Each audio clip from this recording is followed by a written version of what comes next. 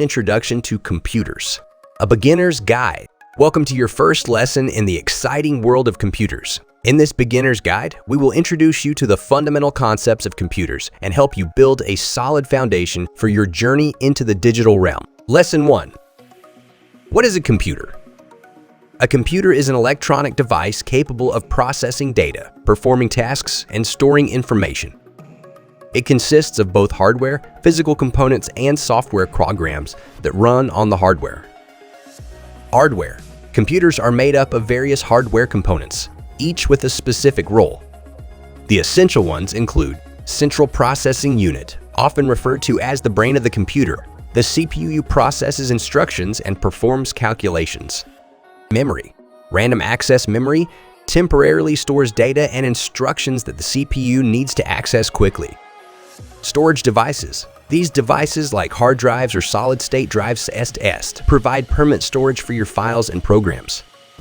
Input devices. Examples include a keyboard, mouse, or touchscreen, which allow you to provide instructions to the computer. Output devices, such as a monitor or printer, display the results of the computer's processing. 2. Software. Software refers to the programs and applications that enable a computer to perform specific tasks. There are two primary categories of software. Operating system OS manage. The OS is the computer's hardware and provides an interface for you to interact with the system. Common OS examples include Windows, Mac, and Linux. Applications. These are programs designed to perform specific tasks such as web browsers, word processors, and games. 3. Data and information. Computers work with data, which are raw facts or figures. When data is processed and organized into a meaningful context, it becomes information. For instance, a list of numbers can represent data, but when organized as a table, it becomes information. 4. Binary system. Computers use the binary system, which has only two digits, 0 and 1. These binary digits are the foundation of all computer operations. The combination of zeros and ones represents data, instructions, and information.